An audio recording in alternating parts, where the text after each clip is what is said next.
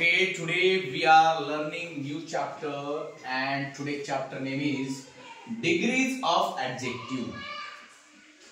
There are two words in the title.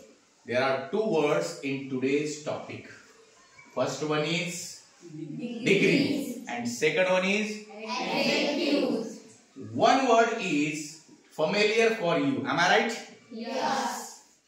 Which word is familiar for you? Yes? Adjective. Very good. What is meant by adjective? Yes? विशेषण. मोठ्याने सांगा. विशेषण. Very good. Adjective means विशेषण. Before this chapter, when we learn parts of speech, at that time we learn adjective. Am I right? Yes. So who will tell me the definition of adjective? Anyone from girls? Yes? Yes. Adjective gives more information about noun and pronoun. Adjective gives more information about noun and pronoun. Okay? Who will describe this definition in Marathi? Yes? नामाविषयी व नामाविषयी व सर्वनामाविषयी विशेष माहिती सांगणाऱ्या शब्दाला विशेषण असे म्हणतात. Very good. Clap for him. And also clap for Sritija. Okay. नामाविषयी व सर्वनामाविषयी विशेष माहिती सांगणाऱ्या शब्दाला विशेषण म्हणायचं. बरोबर आहे? Adjective gives more information about noun and pronoun. What is meant by noun? Noun. बरोबर आहे. What is meant by noun? Noun. What is meant by pronoun? Pronoun. Okay. Now, who will give me the examples of adjectives? Adjectives चे मला काही उदाहरण सांगायचे आहेत. कोण सांगतं? Yes, Arpita. Strong, beautiful, clever, clean, dirty, all colors, numbers. Okay, these are the examples of adjective. आता दुसरा शब्द समजून घेऊ. हा तर आपल्याला माहिती आहे adjectives. आता हा डिग्रीज म्हणजे काय? तर डिग्रीज म्हणजे तरतम भाव. काय? डिग्री म्हणजे तरतम भाव. म्हणजे दोन वस्तूंमध्ये तुलना करण्यासाठी किंवा एका वस्तूची अनेक वस्तूसोबत एका व्यक्तीची अनेक व्यक्तीसोबत तुलना करण्यासाठी डिग्रीचा वापर केला जातो. आपल्या पुस्तकामध्ये where is our book? Give me English book. Be fast. No. Yes. बघा आपल्या पुस्तकामध्ये एक चार्ट दिलेला आहे. पेज नंबर 16 वर पॉझिटिव्ह, कंपॅरेटिव्ह आणि सुपरलेटिव्ह दिसते का तुम्हाला? There are just a fill in the blanks. आपल्याला रिकाम्या जागा भरायला सांगितलं, पण आज आपण काय थोडं डिटेल्स मध्ये घेऊया. डिग्रीचा अर्थ आहे तरतम भाव. तर त्यात 3 डिग्री आहेत बघा. एक आहे पॉझिटिव्ह डिग्री, दुसरी आहे कंपॅरेटिव्ह डिग्री आणि तिसरी आहे superlative degree. There are 3 types of degrees: positive degree, comparative degree and superlative degree. Who will tell me 3 types of degrees? Yes, Gauri? Positive degree, comparative degree, superlative degree. Very good. Positive degree, comparative degree and superlative degree. खूप छान. Please clap for Omkar. Today we are learning our first degree, positive degree. So there are some short form for this degree: PD, CD and SD.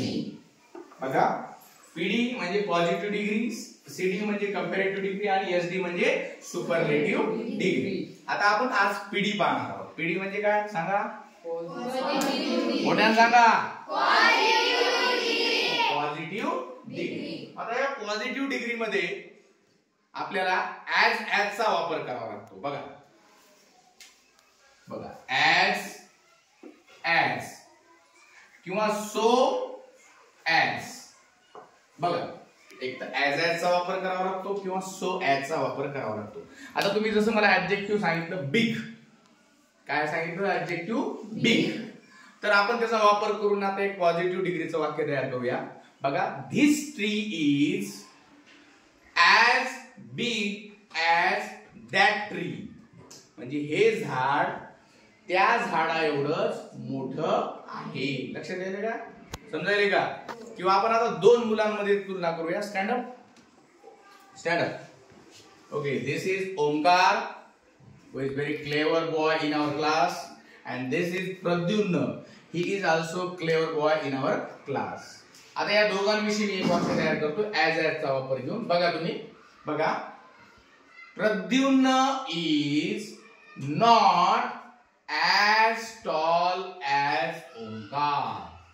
म्हणजे प्रद्युम्न ओंकार एवढा उंच नाही. म्हणजे दोन गोष्टी सारख्या आहेत त्याच्यासाठी आपल्याला ऍज वापरता येतं, आणि दोन गोष्टी सारख्या नाहीत त्याच्यासाठी सुद्धा आपल्याला ऍज वापरता येतं. पहिलं वाक्य जे मी वापरलं, this tree is as big as that tree, म्हणजे हे झाड त्या झाडा एवढंच मोठं आहे, सारखं. पण आता हे दोघं सारखे नाहीत. मग आपल्याला जर निगेटिव्ह वाक्य करायचंय तर त्याच्यामध्ये आपल्याला नाही साठी काय वापरावं लागलं, काय वापरावं लागलं, म्हणून मी वाक्य केलं Pradyumna is not as tall as Omkar. किती जणांना समजलं हे वाक्य? Raise your hands. चला आणखीन एक वाक्य समजावून सांगतो तुम्हाला. बघा बसा खाली, सिट डाऊन. आता क्लेवर घेऊन वाक्य करूया. आता आपल्या वर्गातल्या दोन सारख्याच हुशार मुली आपण उभ्या करूया. ठीक आहे? हा, yes. Stand up. Akshara and Gayatri, they are very good friends. am I right? Okay. मग आता आपल्याला वाक्य असं तयार करायचे, अक्षरा गायत्री एवढीच हुशार आहे. चला कोण करते वाक्य? अक्षरा गायत्री एवढीच हुशार आहे. चुकलं तरी चालते. चला कोण करतं? हा, मुलांमधून. हा, ओके, मुलींमधून जास्त हात वर आहेत. हा, यस, सांग. Akshara is as clever as Gayatri. Very good, clap for her. तुला सगळ्यात शेवटी उशीर हात आल्यामुळे मी तुला उभं केलं. Akshara is as clever as Gayatri. आलं लक्षात? ओके, बस.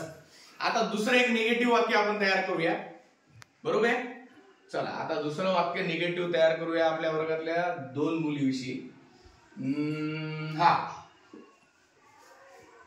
काय वाक्य करता येईल? चला तुम्ही सांगता का निगेटिव्ह वाक्य? हा, सांग बेटा. मोक्षदा's mother-in-law is not fat as शिवकन्या's mother-in-law. मोक्षदाची सासू शिवकन्याच्या सासू एवढी जाड नाही. अरे बापरे, हिनं तर डायरेक्ट सासूच काढली. मोक्षदाची सासू कोणाच्या सासू एवढी जाड नाही? शिवकन्याच्या सासू एवढी जाड नाही. मोक्षदा's mother-in-law is not as fat as शिवकन्या's mother-in-law. बघा आता उभे राहा. Stand up. मोक्षदा आणि अक्षरा, मोक्षदा अँड शिवकन्या, तुमच्या दोघीचंही ना काय केलं, तिच्या ड्रीम मध्ये लग्न पण केलं, आणि त्या तुमची जी सासू आहे ती पण जाड आहे का नाही ठरवलं. तिचं स्वप्न पूर्ण करायचं असेल तर कोणाची सासू जाड आहे जास्त? शिवकन्या. जाड सासू कर तू, आणि मोक्ष तू थोडी बारीक सासू कर. Okay, sit down. Clap for her. आणखीन एक वाक्य आता तुम्हीच सांगायचे एक्झाम्पल. चला कोण सांगते एक्झाम्पल? चला लवकर. हा, सांग बेटा.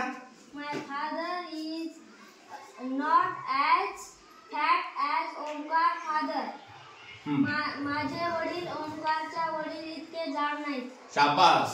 My father is not as fat as ओंकार's father. ओके, ओंकारचे फादर माझ्या वडिलांपेक्षा जास्त फॅट आहेत, जाड आहेत असं म्हणायचं तुला? म्हणजे माझे वडील त्यांच्या एवढे वडिला एवढे फॅट नाही, त्याचा अर्थ कोण जास्त जाड आहे?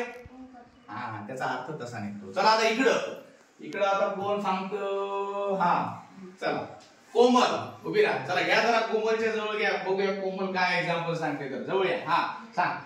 Arpita's husband is as tall as Mokshada's husband. अर्पिताचा नवरा मोक्षदाच्या नवऱ्या एवढाच उंच आहे. अरे बापरे, आता यांनी तर डायरेक्ट नवराच काढलाय. हा stand up. Arpita and Mokshada. Mokshada तर कुठेही आहे बाबा. बघा तिने काय सांगितलं वाक्य, पुन्हा एकदा उभं राहून सांगा. Arpita's husband is as tall as Mokshada's husband. अर्पिताचा नवरा मोक्षदाच्या नवऱ्या एवढाच उंच आहे. बघा अर्पिता, तिच्या ड्रीम मध्ये तुमच्या दोघांची नवरे सारखेच आहेत. म्हणजे तुम्हाला जर तिचं ड्रीम पूर्ण करायचं असेल तर सारख्या उंचीचे नवरे करा, असाच अर्थ आहे ना. हा वा वा, टाळ्या वाजवायच्या मैत्रिणीसाठी. बघा म्हणजे वाक्य सांगताना सुद्धा एकमेकींना खोड्या करतात. अशा मैत्रिणी पाहिजे. ओके चला इकडं आपण बघूया. आता मुलांमध्ये काय कोणी खोडी करते का? हा कोण सांगत? हा yes. Gopal's wife is not fat as Govin's wife. थोडस चुकायले, पुन्हा एकदा. Gopal's wife is not fat as fat as Govin's wife. हा गोपाळची बायको गोविंदच्या बायको एवढी जाड नाही. हा म्हणजे कोणाची जाड आहे जास्त? गोविंदची. कोण आहे गोविंद दोघांमध्ये? हा गोविंद. मग तुला जर त्याचं स्वप्न पूर्ण करायचं असेल तर तुला जरा जाड बायको करावं लागेल, आणि तुला जरा कशी करावं लागेल?